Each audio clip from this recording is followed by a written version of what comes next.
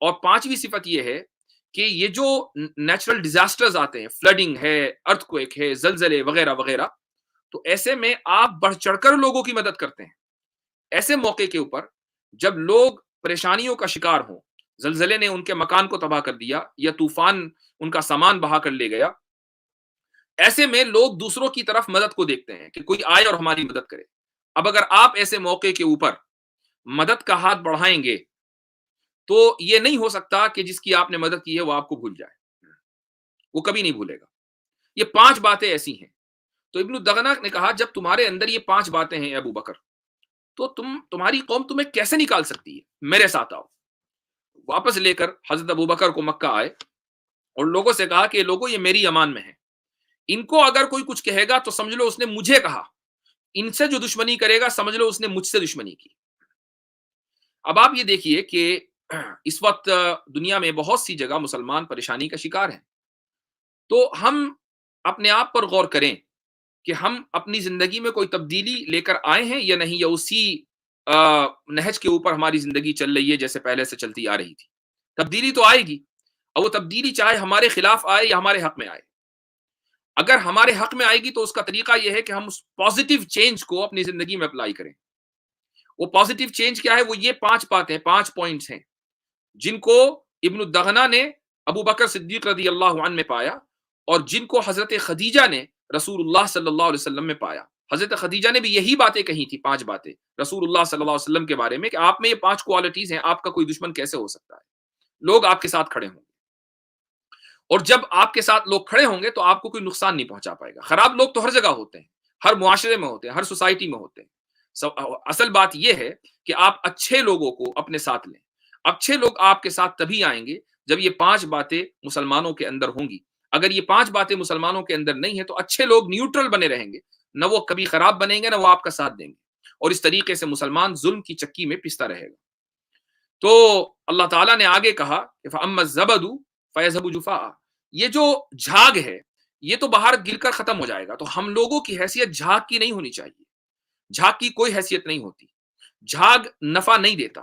وَأَمَّا مَا يَنْفَعُ النَّاسَ فَيَمْكُثُ فِي الْأَرْضِ، کہ جو چیز لوگوں کو نفع دینے والی ہے وہی باقی رہتی ہے۔ تو اگر ہم لوگوں کو نفع دینے والے بنیں گے تو باقی رہیں گے، اور اگر نفع دینے والے نہیں بنیں گے تو باقی نہیں رہیں گے۔ اب یہ ہمارے اوپر ہے کہ ہم ڈیسائیڈ کریں کہ ہمیں جھاگ بننا ہے یا پانی بننا ہے۔ پانی نفع دیتا ہے، باقی رہتا ہے، اور اگر ہمیں جھاگ بننا ہے تو جھاگ ختم ہو جائے گا۔ یہ قرآن کریم کا پیغام ہے کہ تبدیلی ہر حال میں آئے گی اور ہمیشہ ہر چیز میں آ رہی ہے۔